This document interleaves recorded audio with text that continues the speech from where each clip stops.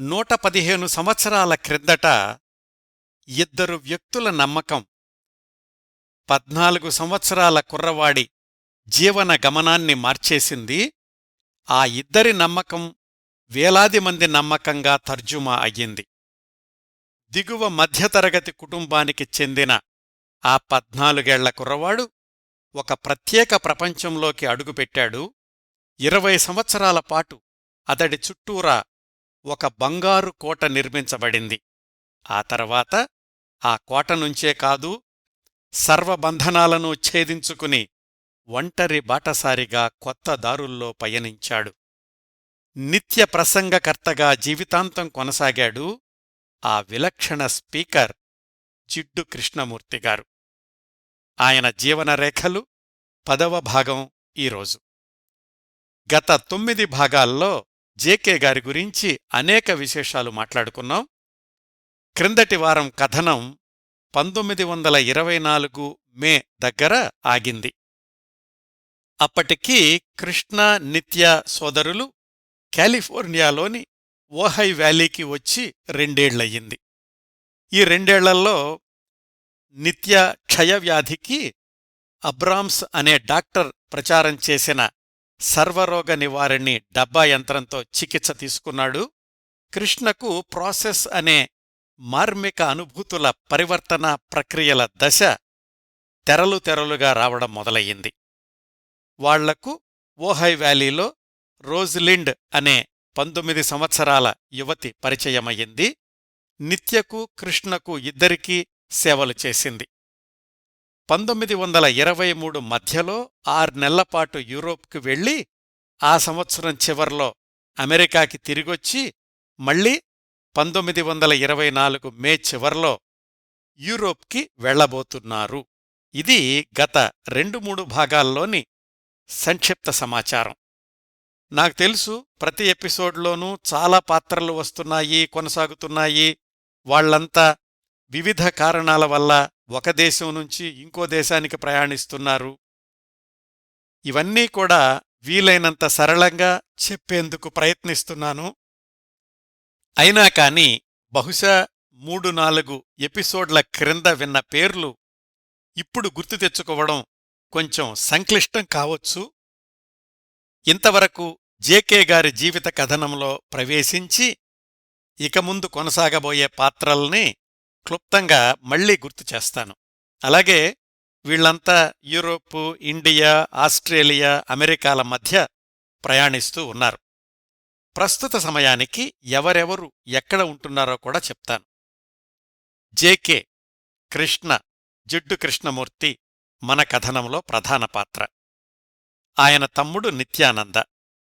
1924 మేకి JK వయసు 29 సంవత్సరాలు, నిత్యానంద వయసు 26 సంవత్సరాలు.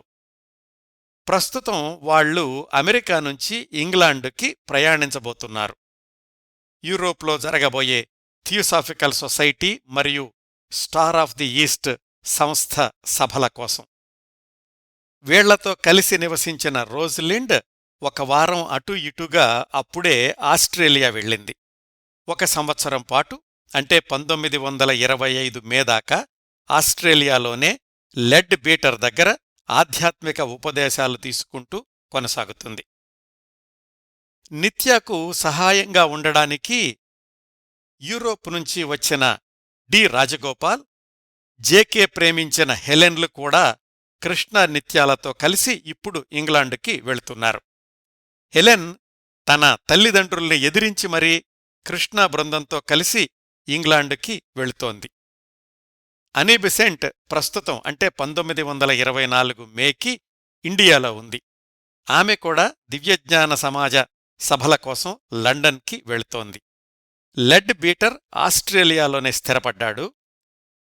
కృష్ణకు మాతృప్రేమ పంచే లేడీ ఎమిలీ లూటెన్స్ ప్రస్తుతానికి ఢిల్లీలో ఉంది, భర్త దగ్గర. ఆమె కుమార్తెల్లో ఒకరు మేరీ. వీళ్లండి మన కథనంలో కొన్ని ప్రధాన పాత్రలు. వీళ్ల పేర్లు గుర్తుంచుకునే ప్రయత్నం చెయ్యండి. అవసరమైనప్పుడల్లా నేను మళ్లీ క్లుప్తంగా గుర్తుకు తెచ్చే ప్రయత్నం చేస్తాను. ఇంకా 1924 మే నుంచి మన కథనాన్ని కొనసాగిద్దాం. 1924 మే నెల మొదట్లోనే కృష్ణ, నిత్య, రాజగోపాల్లు లండన్కి వెళ్లాలనుకున్నారు. కానీ కృష్ణకు అతీంద్రియ గురువులు చెప్పిన ప్రకారం మే 15న వైశాఖ పౌర్ణమి రోజు ఆ తరువాతనే బయల్దేరాలని నిశ్చయించుకున్నారు. ఆ తర్వాత కూడా ఏమైందంటే కొన్ని రోజులు నిత్యానంద సర్వరోగ నివారిణి డబ్బా యంత్రం చికిత్స తీసుకోవాల్సి రావడం వల్ల మరింత ఆలస్యమైంది. చివరికి 1924 జూన్ మొదట్లో బయల్దేరి జూన్ 15వ తేదీకి ఇంగ్లాండులోని ప్లిమత్ చేరుకున్నారు. క్రిందటి భాగంలో తెలుసుకున్నట్లు సరిగ్గా సంవత్సరం క్రిందట 1923లో కూడా సుమారుగా ఇదే రోజుల్లో కృష్ణ బృందం ఇంగ్లాండుకి వచ్చారు దివ్యజ్ఞాన సమాజ సభల కోసమే. ఈసారి కూడా అదే కార్యక్రమం. అయితే క్రిందటి సంవత్సరం కృష్ణ ప్రేమించిన హెలెన్ యూరోపులోనే ఉంది. ఇప్పుడు అమెరికా నుంచి వీళ్లతో కలిసి ప్రయాణించి వచ్చింది. క్రిందటి సంవత్సరం అనీ బెసెంట్ ఇండియా నుంచి రాలేకపోయింది. ఈసారి ఆమె కూడా ఇంచుమించు అదే సమయంలో ఇండియా నుంచి ఇంగ్లాండుకి వచ్చింది. కృష్ణ నిత్యాలను 2 ఏళ్ల తర్వాత చూస్తోంది ఆమె. అనీ బెసెంట్తో పాటు ఇండియా నుంచి ఇంగ్లాండుకు చేరుకున్న మరొక ఇద్దరూ ఎమిలీ లూటెన్స్, ఆమె కుమార్తె మేరీ లూటెన్స్. ఒక్కసారి అందరూ లండన్ చేరుకోగానే అనీ బెసెంట్ ఎక్కడికెళ్తే అక్కడికెళ్లడం, ఆమె చెప్పిన చోటల్లా జేకే ప్రసంగించడం ఒక సుడిగాలి పర్యటన అయ్యింది. థియోసాఫికల్ సొసైటీ అలాగే జేకే కోసమనే ప్రారంభించబడిన స్టార్ ఆఫ్ ది ఈస్ట్ 2 సంస్థల సభలు జరిగాయి. ఈసారి పర్యటనలో ప్రత్యేకత కృష్ణ నిత్యాలు అనీ బెసెంట్తో కలిసి లండన్ నుంచి ప్యారిస్కి, అక్కడ్నుంచి హాలెండ్కి విమానంలో ప్రయాణించడం. వాళ్ల తొలి విమాన ప్రయాణం అదే. అంతకు ముందుదాకా వాళ్లు చేసిన అంతర్జాతీయ ప్రయాణాలన్నీ ఓడల్లోనే. అలాగే ఈ పర్యటనలో ఇంకొక ప్రత్యేకమైన అంశం జేకే కోసమని స్టార్ ఆఫ్ ది ఈస్ట్ ట్రస్ట్కి బహుమతిగా ఇచ్చిన 5,000 ఎకరాల స్థలంలోని కోట పరిసర ప్రాంతాల్లో జరిగిన ఆ సంస్థ సభ్యుల సమావేశ శిబిరం. దానికి 500 మంది హాజరయ్యారు. బహిరంగ సభలు కాకుండా ఇట్లాగా అందరూ కలిసి దగ్గరగా ఉండే శిబిరం జరగడం స్టార్ ఆఫ్ ది ఈస్ట్ సంస్థ సభ్యులకు అదే మొదటి అనుభవం. తమకు కాబోయే విశ్వగురువుతో సన్నిహితంగా మాట్లాడే అవకాశం లభించింది వాళ్లందరికీ. ఇంకా స్టార్ ఆఫ్ ది ఈస్ట్ శిబిరం పూర్తి కాగానే కృష్ణమూర్తి బృందం ఇటలీలోని పెర్గిన్ అనే చిన్న ఊరికి వేసవి విడిది కోసం వెళ్లారు. క్రిందటేడాది వాళ్లు వేసవి సెలవులకు వెళ్లిన ఆస్ట్రియాలోని ఎర్వాల్డ్ అనే ఊరిలాగానే ఇటలీలోని ఈ పెర్గిన్ కూడా చాలా అందమైన ప్రదేశం. కొండలు, లోయలు, సరస్సులు, నదులు, అద్భుతంగా ఉంటుంది ఆ ఊరు. అక్కడ హోటల్గా మారిన ఒక పురాతన కోట మొత్తాన్ని 4 రోజులకు అద్దెకు తీసుకున్నారు. ఈసారి కూడా కృష్ణ బృందంలో దాదాపుగా 12 మంది ఉన్నారు. మనకి ఇప్పటికే తెలిసిన కృష్ణ, నిత్య, రాజగోపాల్, హెలెన్, లేడీ ఎమిలీ లూటెన్స్లతో పాటు ఎమిలీ కూతుళ్లు బెట్టీ, మేరీ, ఇంకా జేకేకి లోగడ ఆస్ట్రేలియాలో పరిచయమైన రూత్ వీళ్లందరూ ఉన్నారు. వీళ్లతో పాటు భారతదేశం నుంచి ఈ సమావేశాల కోసం వచ్చి కృష్ణా బృందంతో కలిసిన వాళ్లల్లో 2 గురించి చెప్తాను. ఒకరు రుక్మిణీ అరండేల్ అక్కయ్య డాక్టర్ శివకాము, 2వ వ్యక్తి మైసూరుకు చెందిన ఎన్ఎస్ రామారావు. ఈయన అంటే ఈ రామారావు గారు చాలా చిన్నతనంలోనే ఇంట్లో నుంచి పారిపోయి బెనారస్ వెళ్లాడు.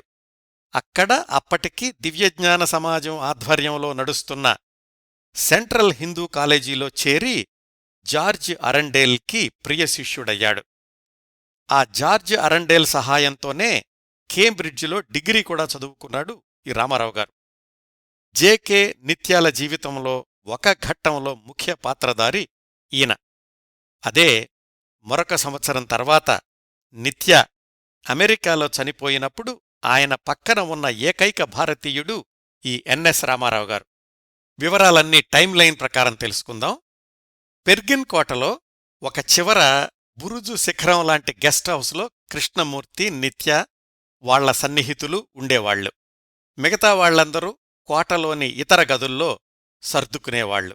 అక్కడ 1924 ఆగస్టు 8 నుంచి సెప్టెంబర్ 28 దాకా ఉన్నారు. ఇట్లా 10-15 మంది కలిసి ప్రయాణించడం, బృందంతో కలిసి వివిధ ప్రదేశాల్లో విడిది చేయడం అనేది జేకే గారికి ఈ సంవత్సరాల్లోనే మొదలై జీవితాంతం కొనసాగింది. ఆ తర్వాత ఆయన ఎప్పుడు ఎక్కడికెళ్లినా ఆయన చుట్టూరా అనుచర బృందం ఉండేది. ఈ పెర్గిన్ కోటలో విడిది చేసిన నెల రోజుల్లో కూడా అందరూ కలిసి వంట చేసుకోవడం, మైదానాల్లోకి షికార్లు, సాయంకాలం వాలీబాల్ లాంటి ఆటలు ఇవన్నీ కొనసాగాయి. కృష్ణమూర్తి, హెలెన్ మరొకసారి నెలపైగా దగ్గరగా ఉండే అవకాశం వచ్చింది. ఎంతమంది మధ్యనున్నా వాళ్లకి ఏకాంతం దొరికేది. మిగతా వాళ్లు వాళ్లను అలాగే వదిలేస్తుండేవాళ్లు. గంటల తరబడి కబుర్లు చెప్పుకుంటూ ఉండేవాళ్లు కృష్ణ, హెలెన్. ఈసారి ఈ విడిదిలో మొదలైన ఇంకొక ప్రేమకథ నిత్యానంద, ఎమిలీ కూతురు మేరీల మధ్య. కృష్ణ, నిత్యాల వ్యక్తిత్వాల్లో అప్పటికి ఉన్న వ్యత్యాసం, నిత్య అందరికీ అందుబాటులో ఉండేవాడు, అందరితో తేలిగ్గా కలిసిపోతుండేవాడు. కృష్ణమూర్తి కాస్త రిజర్వుడ్గా, అధికారిలాగా ఉండేవాడు. బహుశా అందరూ ఆయన్ని కాబోయే విశ్వగురువు అని గౌరవంతో, భక్తితో చూడడం వల్ల కూడా అయ్యుండొచ్చు.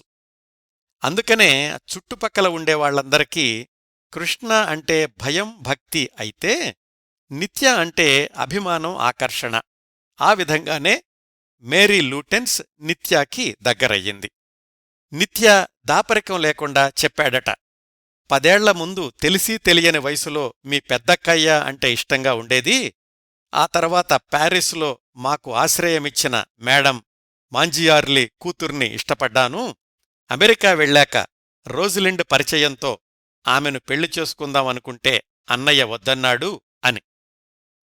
నిత్యా కంటే 10 ఏళ్లు చిన్నది మేరీ, అప్పటికి 16 సంవత్సరాల వయసు. నిత్యాలోని నిజాయితీ, అమాయకత్వం ఆమెను ఆకర్షించాయి. అతడి అనారోగ్యం మేరీకి నిత్యా మీద సానుభూతిని కూడా కలిగించింది. అందరూ కూడా దివ్యజ్ఞాన సమాజ సభ్యులే. ఎమిలీకి కృష్ణ అంటే ప్రాణం కాబట్టి మేరీ నిత్యాతో చనువుగా ఉన్నా కాని ఆమె అపార్థం చేసుకోలేదు, అడ్డం చెప్పలేదు. ఈసారి ఈ విడిదిలో చోటు చేసుకున్న మరొక ముఖ్యమైన ఘట్టం జేకే గారి బోధనలు. అంతవరకు బహిరంగ సభల్లో ప్రసంగించడం, 4-5గురితో వ్యక్తిగతంగా మాట్లాడ్డం తప్ప 20-30 మందికి బోధనల్లాగా ప్రసంగాలు చెయ్యడం అనేది ఈ వేసవి విడిదిలోనే మొదలయ్యింది. ఆయన తనవి బోధనా సమావేశాలు కాదు అన్నప్పటికీ ఇలాంటి బోధనా సమావేశాలే ఆ తర్వాత దశాబ్దాల పాటు కొనసాగాయి. ప్రతిరోజూ ఉదయం కాలకృత్యాలు, అల్పాహారం అయ్యాక అందరూ దగ్గర్లోని తోటలో యాపిల్ చెట్టు కింద సమావేశమైతే జేకే వాళ్లనుద్దేశించి గంటన్నర మాట్లాడుతూ ఉండేవాడు. ఇలా ఉదయం పూట బృంద సమావేశాలయ్యాక మధ్యాహ్నం పూట ఎమిలీ గదిలో ఆడపిల్లలతో వ్యక్తిగతంగా మాట్లాడుతుండేవాడు. భవిష్యత్తుని తీర్చిదిద్దుకోవడం, ఉన్నతాశయాలతో జీవించడం, మనసుని అర్థం చేసుకోవడం ఇలాంటి వాటి గురించి ఆడపిల్లలకు వివరిస్తుండేవాడు జేకే. వాళ్లల్లో విచిత్రమైన స్పందన కలిగిద్ది ఎవరికంటే మేరీ అక్కయ్య బెట్టి. ఆమె తన ఆత్మకథలో రాసుకుంది, జేకే అలా వ్యక్తిగతంగా మాట్లాడినప్పుడు మాలోని ఆత్మవిశ్వాసం తగ్గిపోతూ ఉండేది. ప్రతిసారి వస్త్రధారణలోనూ, మాట్లాడే విధానంలోనో, ప్రవర్తనలోనో ఏవో ఒక లోపాలు చెప్తూ ఉండేవాడు. అవన్నీ విని విని మామీద మాకు నమ్మకం తగ్గిపోతూ ఉండేది. రాన్రాను ఆయనతో వ్యక్తిగతంగా మాట్లాడ్డం అంటే ఇష్టం ఉండేది కాదు. కొన్నిసార్లైతే ఆయన మాటలు వినగా వినగా మరీ నేనింత అల్పజీవినా అని కళ్లవెంట నీళ్లొచ్చేవి. పైగా మా అమ్మ కృష్ణ అంటే అంత ప్రేమ చూపించడం నాకు అసూయగా ఉండేది అని. ఆ వేసవి విడిదిలో జరిగిన ఇంకొక సంఘటన, కృష్ణమూర్తి అమెరికా నుంచి వచ్చేటప్పుడు రోజిలిండ్ని ఆస్ట్రేలియా పంపించాడు కదా, లెడ్ బీటర్ దగ్గర ఉపదేశం తీసుకోమని. అలాగే ఇప్పుడు ఎమిలీకి చెప్పాడు, మీరు మీ పిల్లలిద్దరూ హెలెన్, రూత్ కూడా ఆస్ట్రేలియా వెళ్లి లెడ్ బీటర్ దగ్గర ఉపదేశం తీసుకోండి అని. అప్పటికి కృష్ణమూర్తి చెప్పడం అంటే ఎవరైనా సరే ఆ మాటను శిరసావహించాల్సిందే. అందుకే కృష్ణ చెప్పగానే ఎమిలీ తన ఇద్దరు పిల్లలు, హెలెన్, రూత్ మొత్తం 4 ఆడపిల్లలతో కలిసి ఆస్ట్రేలియా వెళ్లడానికి అంగీకరించింది. అయితే లెడ్ బీటర్ అంగీకరిస్తాడో లేదో అన్న అనుమానాన్ని వ్యక్తం చేసింది. లెడ్ బీటర్కి ఉత్తరం రాసి అనుమతి తెప్పించాడు కృష్ణ. ఈ వేసవి విడిది అయ్యాక కృష్ణ బృందంతో పాటు భారతదేశం వెళ్లి అక్కడ్నుంచి ఆస్ట్రేలియా వెళ్లాలి అని ఎమిలీ లూటెన్స్ ప్రణాళిక. జేకే దానికి అంగీకరించాడు. జేకే అంగీకారం అయితే అయ్యింది, కానీ ఎమిలీ మరియు ఆమె పిల్లల ఆస్ట్రేలియా పర్యటన ఇష్టం లేని వ్యక్తి ఆమె భర్త ఎడ్విన్. ఒక కోణమేమిటంటే, తన పిల్లలు బెట్టీ, మేరీ లెడ్ బీటర్కు దగ్గర కావడం ఆయనకు ఇష్టం లేదు. రెండోది, వాళ్ల ప్రయాణపు ఖర్చులు భరించగలిగే స్థితిలో లేడు. అయితే లండన్లోని మిస్ డాడ్జ్ వాళ్ల ప్రయాణపు ఖర్చులన్నీ భరిస్తాను అనడంతో తనూ పిల్లలు ఆస్ట్రేలియా వెళ్లాల్సిందే అని పట్టుబట్టింది ఎమిలీ. చెప్పి చివరికి ఇక నీ ఇష్టం అన్నాడు భర్త ఎడ్విన్. ఇవి ఇలా జరుగుతూ ఉండగా ఆ నెల రోజుల్లో చాలాసార్లు కృష్ణమూర్తిగారికి 2 ఏళ్లుగా కొనసాగుతున్న ప్రాసెస్, పరివర్తనా ప్రక్రియ అనే మార్మిక అనుభూతులకు లోనయ్యాడు. అట్లా అయిన ప్రతిసారీ తన గదిలోకి వెళ్లి తలుపులేసుకుని ఎవ్వర్నీ రావొద్దు అనేవాడు. ఒక్కొక్కసారైతే నిత్యాని కానీ, హెలెన్ని కానీ, లేదా ఇద్దర్నీ కానీ మాత్రమే రమ్మంటూ ఉండేవాడు. ఆ ప్రాసెస్ పరంపరకి పరాకాష్ఠ 1924 సెప్టెంబర్ 24. ఆ రోజు ప్రాసెస్కి గురై శారీరక బాధను అనుభవించి బయటకొచ్చాక జేకే చెప్పాడు, ఈసారి ప్రాసెస్లో లార్డ్ మైత్రేయ నా దగ్గరకొచ్చారు, చాలాసేపు నాతో ఉన్నారు, మీ అందరితోటి పంచుకోమని ఒక సందేశం ఇచ్చారు అని ఒక కవితారూపంలోని సందేశం చదివి వినిపించాడు జేకే. ఎలా ఉంటుందంటే, నాకు సేవ చెయ్యడం నేర్చుకోండి, ఆ మార్గంలో మాత్రమే నేను మీకు కనిపిస్తాను, మిమ్మల్ని మీరు మర్చిపోయినప్పుడే నేను మీకు లభిస్తాను, ఇలా సాగుతుంది ఆ కవిత. ఆ రోజుతోటి కృష్ణమూర్తి ప్రాసెస్ ప్రక్రియ అప్పటికీ ఆగిపోయింది. ఇన్ని సరికొత్త అనుభవాలతో జేకే బృందపు వేసవి విడిది ముగిసింది. సెప్టెంబర్ 28న మిగతా వాళ్లంతా లండన్ వెళ్ళిపోతే కృష్ణ, నిత్యాలు మాత్రం ముందు జెనీవాకి, అక్కడ్నుంచి హాలెండ్కి వెళ్లారు. జెనీవాలో స్టార్ ఆఫ్ ది ఈస్ట్ సంస్థ సభ్యుల మధ్య విభేదాలు తలెత్తాయి అని తెలిసి వాటిని సరిదిద్దడానికి వెళ్లారు. హాలెండ్లోనైతేనేమో ఆ 5,000 ఎకరాల కోటని ట్రస్టుకి బదిలీ చేసే ప్రక్రియలో చివరి దశ పూర్తి చెయ్యడానికి వెళ్లారు.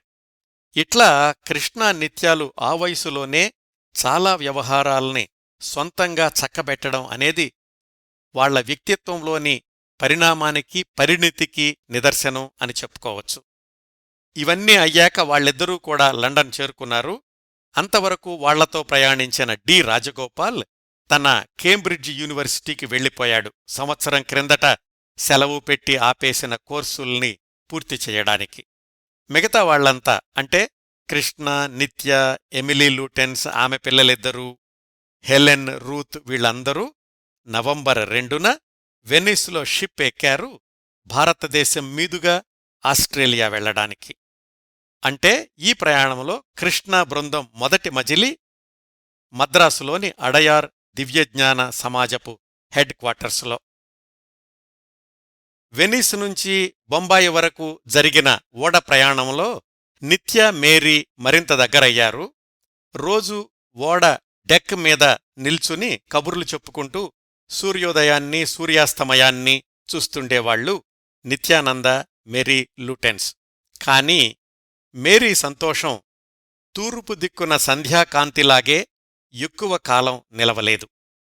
బొంబాయి చేరుకోవడానికి 2 రోజుల ముందు నిత్య మేరీకి ఒక ఆందోళనకరమైన వార్త చెప్పాడు. ఆ రోజు పొద్దున్నే రక్తవాంతి చేసుకున్నాను అని.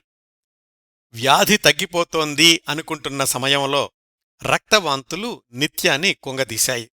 పైగా వెళ్లబోయేది అడయారులోని చల్లటి వాతావరణంలోకి నవంబర్ నెలలో. తన రక్తవాంతి విషయం అన్నయ్య కృష్ణతో చెప్పడానికి భయపడ్డాడు నిత్య. 1924 నవంబర్ 18కి ఆ నౌక బొంబాయి చేరుకుంది.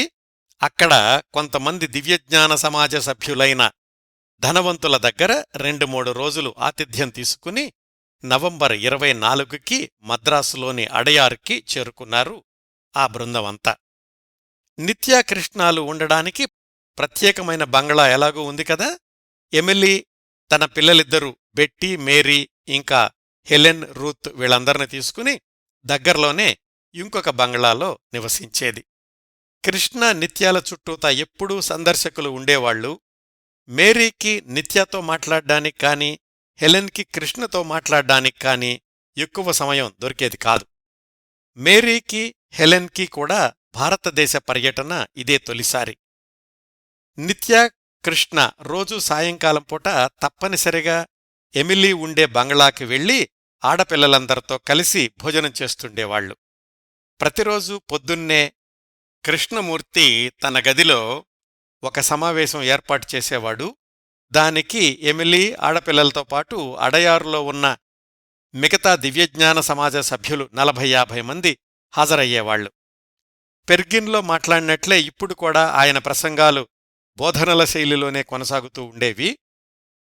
అడయార్ చేరుకున్న వారం రోజుల తర్వాత నిత్య తన అనారోగ్యం సంగతి కృష్ణకు చెప్పక తప్పలేదు. తను అప్పుడప్పుడు లోనవుతున్న ప్రాసెస్ బాధ కంటే తమ్ముడి ఆరోగ్యం కృష్ణమూర్తిని ఎక్కువగా కలవరపెడుతూ ఉండేది. 1924 డిసెంబర్ 11న హెలెన్, రూత్ వీళ్ళిద్దరినీ కూడా ముందుగా సిడ్నీకి పంపించాడు కృష్ణమూర్తి.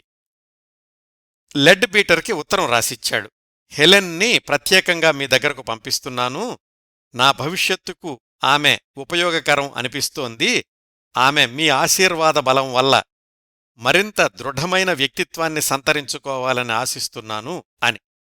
ఆ విధంగా 1924 సంవత్సరం గడిచిపోయిందండి. 1925 జనవరికి అడయార్లో కృష్ణ, నిత్య, ఎమిలీ, ఆమె కుమార్తెలు బెట్టీ, మేరీ మాత్రం ఉన్నారు. వీళ్లంతా ఏప్రిల్లో సిడ్నీలో జరిగే కన్వెన్షన్ కోసమని ఆస్ట్రేలియాకి వెళ్లాలి. అయితే 1925 మొదటి 3 నెలల్లో కృష్ణ, నిత్యాల జీవన ప్రయాణంలో మరికొన్ని సంఘటనలు సంభవించాయి. వాటి గురించి తెలుసుకుందాం. జనవరి 2వ వారంలో నిత్యానంద ఆరోగ్యం బాగా దెబ్బతింది. మరీ భరించలేనంత దగ్గు, ఆయాసం, స్థల మార్పిడి అవసరం అన్నారు. కొద్ది నెలలపాటు ఊటీకి వెళ్లమన్నారు. అతడితో పాటు ఫ్రాన్సు నుంచి వచ్చిన మేడం మాంజియార్లీ, ఎన్ఎస్ రామారావులు కూడా వెళ్లారు. ఈ మాంజియార్లీ అన్నావిడే అన్నదమ్ములిద్దరికీ ఫ్రాన్సులో ఉండగా ఆతిథ్యం ఇచ్చింది. నిత్య అంటే విపరీతమైన అభిమానం. ఆసక్తికరంగా ఓ 10 నెలల తర్వాత నిత్య ఓహైలో మరణించినప్పుడు ఆయన పక్కన ఉన్నది కూడా ఈ మాంజియార్లీ, రామారావులిద్దరే. ఊటీలో వాళ్లు గులిస్తాన్ అనే బంగళాలో ఉన్నారు. దాన్ని 1890లోనే థియోసాఫికల్ సొసైటీ స్థాపకుల్లో ఒకరైన కల్నల్ ఆల్కాట్ కట్టాడు. థియోసాఫికల్ సొసైటీ ప్రెసిడెంట్ ఊటీకి వచ్చినప్పుడు వాళ్లకోసమని ప్రత్యేకించబడిన బంగ్లా అది. అక్కడికి చేరుకున్నాక కొద్ది వారాలకు నిత్య ఆరోగ్యం కొంచెం మెరుగనిపించింది. ఇదిలా ఉండగా అక్కడ మద్రాస్ అడయార్లో లేడీ ఎమిలీ లూటెన్స్, ఆమె పిల్లలు బెట్టీ, మేరీలను తీసుకుని ఢిల్లీలో ఉన్న భర్త దగ్గరకు వెళ్ళింది. ఇలా ఎక్కడివాళ్లక్కడికి వెళ్లడంతో కృష్ణ ఒక్కడే మిగిలిపోయాడు. చాలా సంవత్సరాల తర్వాత అలా ఒక్కడే ఉండాల్సి రావడం ఇదే మొదటిసారి. ఏ పని చెయ్యబుద్ధి కావడం లేదని, అప్పుడప్పుడు ఇబ్బంది పెడుతున్న అనిర్వచనీయ శారీరక బాధలు కొనసాగుతున్నాయని, హెలెన్ లేని వెలితి బాగా తెలుస్తోందని, ఆమె ఉండి ఉంటే పరిస్థితి కాస్త మెరుగ్గా ఉండేదని అనీబిసెంట్కి ఉత్తరం రాశాడు కృష్ణ. కృష్ణకు కాస్త ఉపయోగకరమైన వ్యాపకం అప్పజెబుదామని ఆమె ఒక మాట చెప్పింది. దివ్యజ్ఞాన సమాజం తరఫున ఆ సంస్థ విలువలు పునాదులుగా ఒక అంతర్జాతీయ విశ్వవిద్యాలయం స్థాపించడానికి ఆ చుట్టుపక్కలెక్కడైనా 1000 ఎకరాల స్థలం దొరుకుతుందేమో కనుక్కోమని కృష్ణకు చెప్పింది అనే బిసెంట్. 10 మందిని సంప్రదించాక కృష్ణ స్వస్థలమైన మదనపల్లి దగ్గర అన్ని వేల ఎకరాలు దొరికే అవకాశం ఉంది అని తెలిసింది. మదనపల్లికి 10-15 కిలోమీటర్ల దూరంలో ఉన్న తెట్టు వ్యాలీ పరిసరాల్ని చూడ్డానికి వెళ్ళొచ్చాడు కృష్ణమూర్తి. ఆ ప్రదేశంలోనే తరువాతి సంవత్సరంలో 1000 కాదుగాని 300 ఎకరాలు సేకరించగలిగారు. ఆ తరువాత జరిగిన పరిణామాల్లో యూనివర్సిటీ కాదుగాని ఒక స్కూలు ప్రారంభించారు. ఇప్పటికీ నడుస్తున్న రిషి వ్యాలీ స్కూల్ అదే. ఇంకా వివరాలు టైంలైన్లో వస్తాయి. అంత దూరం తన పుట్టిన ఊరికి దగ్గరగా వెళ్లిన కృష్ణమూర్తికి తన సొంత ఇంటిని, చిన్నప్పుడు తిరిగిన ప్రదేశాల్ని చూద్దామని అనిపించలేదా? తెలీదు. ఆ సంగతి ఎవరూ ఎక్కడా గ్రంథస్థం చెయ్యలేదు. ఆ సమయంలో కృష్ణను నిరంతరం ఆలోచింపచేసిన, బాధపెట్టిన ప్రధానాంశం నిత్య అనారోగ్యం. ఫిబ్రవరి 10వ తేదీన అనీ బిసెంట్కి ఉత్తరం రాశాడు. నిత్య అనారోగ్యం నన్ను నిరంతరం వేధిస్తోంది.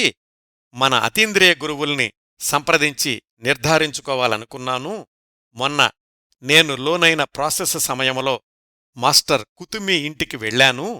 నా తమ్ముణ్ణి ఆరోగ్యవంతుణ్ణి చెయ్యమని, అతడికి దీర్ఘాయుష్షు ప్రసాదించమని అడిగాను. ఆ కుతుమి నన్ను లార్డ్ మైత్రేయ దగ్గరికెళ్లమని, ఆయనే మీ తమ్ముణ్ణి రక్షించగలడు అని అన్నాడు. నేను సరాసరి లార్డ్ మైత్రేయ ఇంటికెళ్లాను.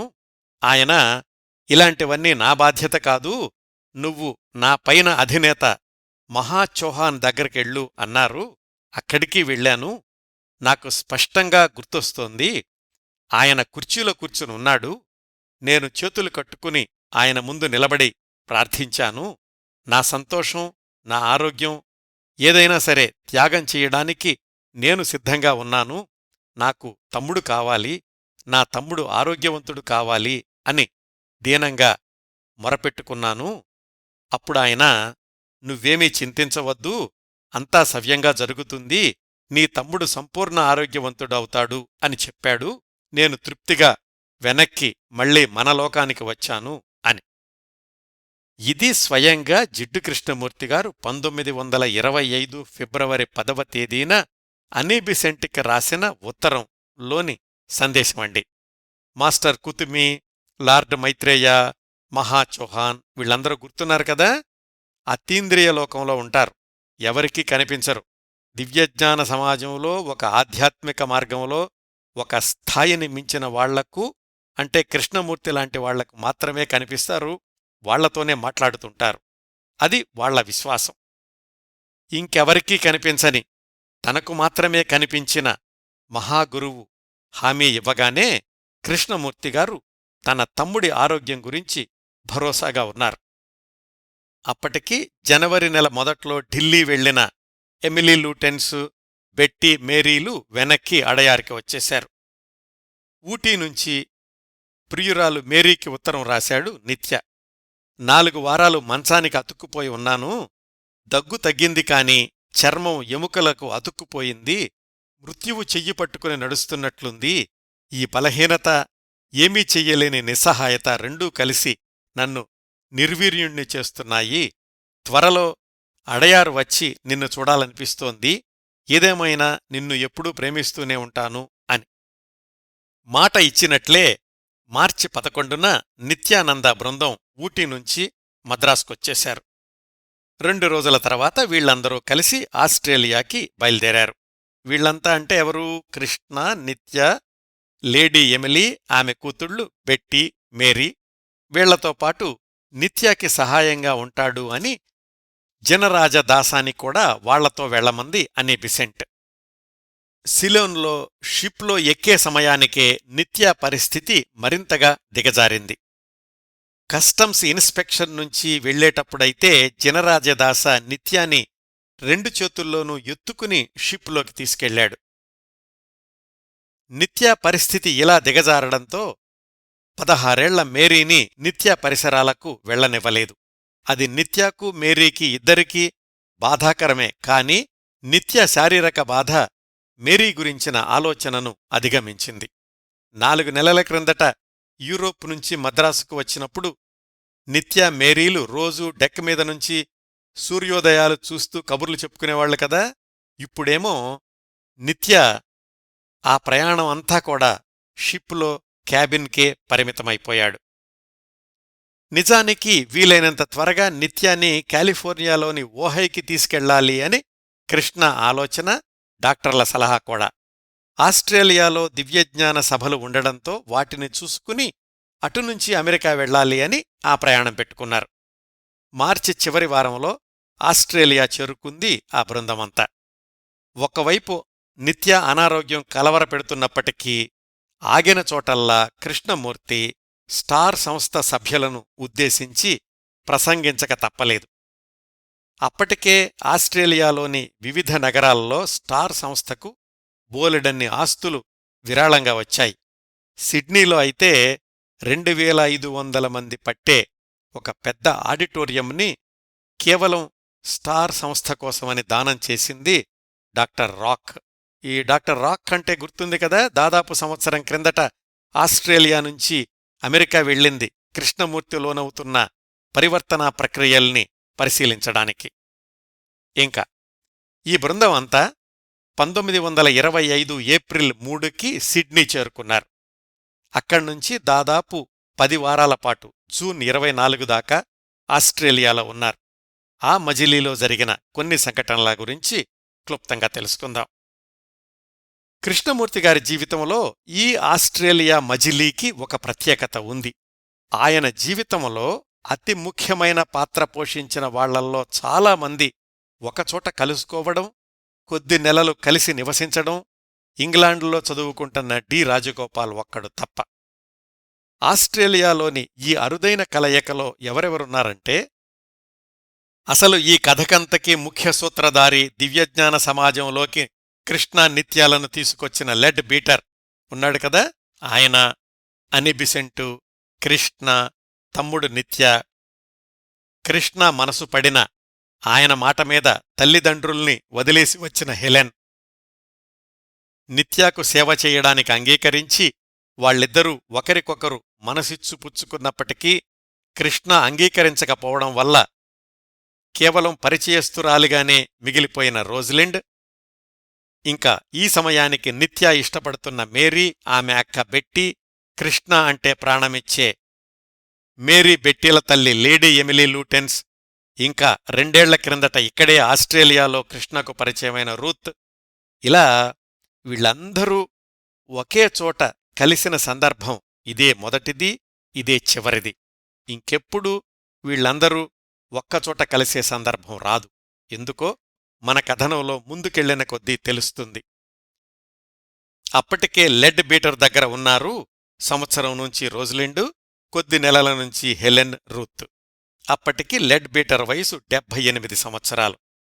ఎప్పుడూ ఆయన చుట్టూరా 15-20 సంవత్సరాల మధ్యలోని యువకులే ఉంటుండేవాళ్లు అని తెలుసుకున్నాం కదా. ఆ కోణంలోనే ఆయన తాజా శిష్యుడు థియోటర్ సెంట్ జాన్ అనే 15 సంవత్సరాల అందమైన ఆస్ట్రేలియన్ కుర్రవాడు. లెడ్ బీటర్ ఎప్పుడూ ఆ కుర్రాడి చేతిని ఊతం చేసుకుని నడుస్తుండేవాడు. ఆ కుర్రవాడి పడక కూడా లెడ్ బీటర్ గదిలోనే. అప్పటికే అక్కడ ఉంటున్న రోజ్లిండ్, హెలెన్, రూత్లకు కూడా లెడ్ బీటర్ ఉండే భవనంలోనే 2 గదులు కేటాయించారు. అప్పటికే వాళ్లు లెడ్ బీటర్కి ఉత్తర ప్రత్యుత్తరాలు చూడడం, ఆయనకు ఇతర ఆఫీసు పనుల్లో సహాయపడడం ఇలాంటివన్నీ చేస్తున్నారు. ఆధ్యాత్మిక ఉపదేశాలు, ధ్యాన సమయాలు ఎలాగూ కొనసాగుతున్నాయి. నిత్య ఒకప్పటి స్నేహితురాలు రోజ్లిండ్ని, నిత్య ప్రస్తుత స్నేహితురాలు మేరీ చూడడం ఇదే తొలిసారి. అలాగే కృష్ణ, నిత్యాలు రోజ్లిండ్ని సంవత్సరం తర్వాత చూస్తున్నారు. ఇదండి వాళ్లందరూ ఆస్ట్రేలియాలోని సిడ్నీ చేరుకునేసరికి పరిస్థితి. అసలు వీళ్లందరూ వచ్చింది దివ్యజ్ఞాన సమాజ మహాసభల కోసం కదా. ఏప్రిల్ 9న ఆ సభలు ప్రారంభం కావడానికి 2 రోజుల ముందే నిత్య పరిస్థితి మరింతగా దిగజారింది. స్థానిక వైద్యుడికి చూపిస్తే ఎడమ ఊపిరితిత్తి పైభాగంలోనూ కింద భాగంలోనూ కూడా రంధ్రాలు ఉన్నాయని, కుడి ఊపిరితిత్తి కూడా చాలా బలహీనంగా ఉందని చెప్పాడు. నిత్య కోలుకోవాలంటే చాలా బలం కావాలి, స్థల మార్పిడి కూడా పనిచేస్తుంది అని చెప్పారు డాక్టర్లు. ఆ కన్వెన్షన్ పూర్తవగానే నిత్యాని సిడ్నీకి దూరంగా బ్లూ మౌంటైన్ అనే ఊరికి తీసుకెళ్లారు. 2 ఏళ్ల క్రిందట కూడా సిడ్నీ వచ్చినప్పుడు అక్కడి వాతావరణం సరిపడకపోతే ఈ బ్లూ మౌంటైన్కే తీసుకెళ్లారు. నిత్యాతో పాటుగా కృష్ణ, రామారావు, నిత్యాకు సహాయం చేయడానికి రోజ్లిండ్ కూడా వెళ్లారు. నిత్యాకు సహాయకురాలిగా తాను వెళతాను అని గొడవ చేసింది మేరీ. కాని తల్లి నచ్చజెప్పింది. రోజ్లిండ్ అయితేనేమో శిక్షణ పొందిన నర్సు, పైగా ఇంతకుముందు ఆమె అతడికి సేవ చేసింది. నువ్వు చిన్నపిల్లవి, నువ్వెళ్ళినా ఏం సహాయం చెయ్యగలవు అని. నిత్య అక్కడికెళ్ళాక పొడిగాలి వల్ల జ్వరం తగ్గింది. కాకపోతే రోజుకు ఒకసారైనా కృష్ణమూర్తి అక్కడ్నుంచి సిడ్నీకి రావాల్సొచ్చేది. ఈ మజిలీలో కృష్ణ, లెడ్ బీటర్ల మధ్య ఒక వింతైన సమీకరణం నడిచింది. ఇప్పుడు లెడ్ బీటర్ చుట్టూతా 50-60 మంది ఉంటున్నారు. కృష్ణ లెడ్ బీటర్ని అలా ఎప్పుడు చూడలేదు. ఇంతకుముందు 5-6 ఉండేవాళ్లంతే. అలాగే మే నెలలో దివ్యజ్ఞాన సమాజ శాఖల్లో ప్రపంచవ్యాప్తంగా జరిగే ఉత్సవాల్లో లెడ్ బీటర్ వందలాది మందికి దీక్షలు ఇచ్చాను అనడం, ఆస్ట్రేలియా కంటే దూరదేశాల్లో ఉన్నవాళ్లక్కూడా తాను ఆధ్యాత్మికంగా తరువాతి దశలకు తీసుకెళ్లాను అనడం కృష్ణమూర్తికి నచ్చలేదు. కృష్ణమూర్తి చుట్టూరా ఆడపిల్లలు చేరడం, కృష్ణమూర్తిలో సంతరించుకున్న స్వతంత్ర వ్యక్తిత్వం, ఆయన మాటల్లో తొంగిచూసే సాధికారత, ఇవన్నీ లెడ్ బీటర్కి అసహనం కలిగించాయి. 15 ఏళ్ల క్రిందట బిక్కుబిక్కుమంటూ దివ్యజ్ఞాన సమాజంలో అడుగుపెట్టిన కుర్రాడేనా ఇతను అనుకున్నాడు లెడ్ బీటర్. ఇంకా కృష్ణమూర్తి, హెలెన్ వీళ్ళిద్దరి విషయానికొస్తే, కృష్ణ నిత్య ఆరోగ్యం గురించిన ఆందోళనలో ఎక్కువసేపు గడపడం, ఇతర కార్యక్రమాల్లో తీరిక లేకుండా ఉండడంతో వాళ్ళిద్దరూ సన్నిహితంగా సంభాషించుకునే సమయాలు ఎక్కువ రాలేదు. పైగా అప్పటికే హెలెన్ లెడ్ బీటర్ ఆఫీసు పనుల్లో తీరిక లేకుండా ఉండేది కూడా. ఇలా 2 నెలలు గడిచాయండి. నిత్యాన్ని కాలిఫోర్నియాకి తరలించడం కృష్ణ తక్షణ కర్తవ్యం. అయితే దానికి నిత్య ఆరోగ్యం సహకరించడం కూడా అవసరం. అందుకని 2 నెలలు వేచి చూడాల్సొచ్చింది. ఆ రోజుల్లోనే మొదటిసారి కృష్ణమూర్తికి అనిపించిందట, అసలు నిత్య బతుకుతాడా అని. అయితే అతీంద్రియ గురువులిచ్చిన భరోసా గుర్తుకొచ్చి కాస్త సమాధానపడేవాడు. చివరికి జూన్ నెలలో స్థానిక డాక్టర్లు నిత్యాను పరీక్ష చేసి ప్రయాణం పర్వాలేదు అని చెప్పారు. నిత్యాని అమెరికాకు తీసుకెళ్లే ప్రయాణంలో ఓడలో తమతో పాటు ఒక డాక్టర్ ఉంటే మంచిది అని అంతకు ముందే అమెరికా నుంచి డాక్టర్ ఇంగ్లిమ్యాన్ని ఆస్ట్రేలియా రప్పించాడు కృష్ణ. ఈ డాక్టర్గారే అమెరికాలో కృష్ణాకి లింకన్ కారు కొనిపెట్టింది. పరిస్థితులన్నీ సానుకూలంగా ఉండడంతో జూన్ 3వ వారంలో నిత్యాన్ని అమెరికా తీసుకెళ్లడానికి కార్యక్రమం ఖరారయింది. ప్రస్తుతానికైతే పర్వాలేదు కాని నిత్య ఆరోగ్యం ఊగిసలాటగా ఉంది కాబట్టి అమెరికా వెళ్ళాక తనని చూసుకోవడానికి రోజ్లిండ్ కూడా తమతో వస్తే బావుంటుంది అనుకున్నాడు కృష్ణ. కాని ఆమె ఇంకా ఆధ్యాత్మిక పురోగతి మధ్యలో ఉంది కాబట్టి అమెరికా వస్తే దానికి ఆటంకం కలుగుతుందేమోనని సంశయించాడు కూడా. అయితే లెడ్ బీటర్ చెప్పాడు, ఏం పర్వాలేదు, నిత్యాకు సేవ చెయ్యడం అంటే అతీంద్రియ గురువుకు సేవ చేయడం లాంటిదే, ఆమెను మీతో తీసుకెళ్ళండి అని. మేరీ తను నిత్యాతో వెళ్లలేకపోతున్నాను అని బాధపడింది. 1925 జూన్ 24న ఓడ బయల్దేరబోయే ముందు మేరీని నిత్యా క్యాబిన్లోకి కేవలం 5 నిమిషాలు కలుసుకోవడానికి అనుమతించారు. వాళ్ళిద్దరూ ఒకరినొకరు చూసుకోవడం అదే చివరిసారి. మరొక 5 నెలల్లో నిత్య ఈ భూమ్మీద నుంచి అదృశ్యమవుతాడని 16 సంవత్సరాల చిన్నపిల్ల మేరీ అనుకోలేదు, ఎవరూ అనుకోలేదు. ఆశావాదం నిండిన కళ్లతో నిత్యాకు వీడ్కోలు చెప్పింది మేరీ. కృష్ణకు వీడ్కోలు చెప్పింది హెలెన్. ఎమిలీ తను కూడా కృష్ణ నిత్యాలతో వెళ్తానంది. కాని లెడ్ బీటర్ అంగీకరించలేదు. ముందు అనుకున్నట్లుగా నువ్వు లండన్కి తిరిగి వెళ్ళు అని చెప్పాడు. కూతుళ్లు బెట్టీ మేరీలను సిడ్నీలోనే లెడ్ బీటర్ దగ్గర వదిలేసి ఎమిలీ లూటెన్స్ లండన్ వెళ్ళిపోయింది. కృష్ణ, నిత్య, రోజ్లిండ్, వాళ్లతోనే ఉంటున్న రామారావు, అమెరికా నుంచి వచ్చిన డాక్టర్ ఇంగ్లిమ్యాన్, వీళ్లందరూ ఎక్కిన నౌక శాన్ ఫ్రాన్సిస్కో వైపు సాగిపోయింది. ప్రయాణం మధ్యలో కూడా నిత్య పరిస్థితి దిగజారింది. ఊరికే అలిసిపోయేవాడు. రోజూ స్నానం చెయ్యగానే నీరసంతో ఏడ్చేవాడు. ఒకరోజైతే గుండె కొట్టుకోవడం బలహీనపడింది. పాదాలు చల్లపడ్డాయి. పక్కనే రోజ్లిండ్ ఉండడంతో పాదాలు అరచేతితో రుద్ది వెచ్చచేసింది. 5 నిమిషాలకు కాస్త కోలుకున్నాడు. ఇలాంటి అనుభవాలతో 1925 జులై 15కి అందరూ ఓహై వ్యాలీకి చేరుకున్నారు. అందరి లక్ష్యం ఇప్పుడు నిత్యాన్ని ఆరోగ్యవంతుణ్ణి చెయ్యడమే. ఇంతకు ముందు నుంచి వాడుతున్న డాక్టర్ అబ్రామ్స్ సర్వరోగ నివారణ డబ్బా యంత్రాన్ని తెప్పించి నిత్యాకి చికిత్స మొదలుపెట్టారు. ఒక విషయమండి, 100 సంవత్సరాల క్రిందట జరిగిన సంఘటనల గురించి ఇప్పుడు మనం బేరీజు వెయ్యలేం. కానీ నిత్య అనారోగ్యానికి చికిత్స చేసే క్రమంలో కొన్ని విషయాలు ప్రశ్నార్థకాలు అనిపిస్తాయి. డాక్టర్ అబ్రామ్స్ డబ్బా యంత్రం గురించి గత భాగాల్లో చెప్పాను కదా. 1922లో నిత్యా కోసం దాన్ని వాడడం మొదలుపెడితే 1923లోనే అది సరైన చికిత్స కాదని, అసలా యంత్రంలో వ్యాధి నివారణకు పనికొచ్చేవి ఏమీ లేవని వార్తాపత్రికల్లో వార్తలొచ్చాయి. 1924లో ఆ డాక్టర్ అబ్రామ్స్ చనిపోయాడు కూడా. అయినా కాని 3 సంవత్సరాలుగా నిత్యా కోసం అదే యంత్రాన్ని ఉపయోగించడం, డాక్టర్ ఇంగ్లిమ్యాన్, డాక్టర్ రాక్ లాంటి వాళ్లు నిత్యాన్ని చూసినా కాని ఆధునిక వైద్యాలేమీ సూచించకపోవడం, కృష్ణ కూడా అతీంద్రియ గురువుతో మాట్లాడి వాళ్లనుంచి హామీ వచ్చింది అని తృప్తిపడడం, ఇవన్నీ కొన్ని కోణాల్లో ప్రశ్నార్థకాలు అనిపిస్తాయి. అలాగే నిత్యాకి అనారోగ్యంగా ఉందని, ప్రయాణాలు ఆయనకు సరిపడవు అని తెలిసినా కాని అనీబిసెంట్ కృష్ణ నిత్యాలను యూరోప్కి, ఇండియాకి, ఆస్ట్రేలియాకి ప్రయాణాలు చేయించడం కూడా సమంజసం అనిపించదు. ఆ రోజు వాళ్లున్న పరిస్థితుల్లో అలాంటి నిర్ణయాలు ఎందుకు తీసుకున్నారో వాళ్లకే తెలియాలి. కాని అన్నీ కలిసి చివరికి నిత్యా జీవితాన్ని మరొక్క 4 నెలలకు మాత్రమే పరిమితం చేశాయి. 1925 జులై 15 నుంచి నవంబర్ 13న నిత్య తుదిశ్వాస విడిచేదాకా ఇంకా ఏమేమి సంఘటనలు జరిగాయి, నిత్య కనుమూసే ముందు ఆయనకు ప్రాణంలో ప్రాణమైన అన్నయ్య కృష్ణమూర్తి ఎందుకు పక్కన లేడు, తమ్ముడి మరణం కృష్ణమూర్తిగారిలో ఎలాంటి పరిణామాలకు కారణమయ్యింది మొదలైన విశేషాలన్నీ వచ్చేవారం జిడ్డు కృష్ణమూర్తిగారి జీవనరేఖలు 11వ భాగంలో తెలుసుకుందాం.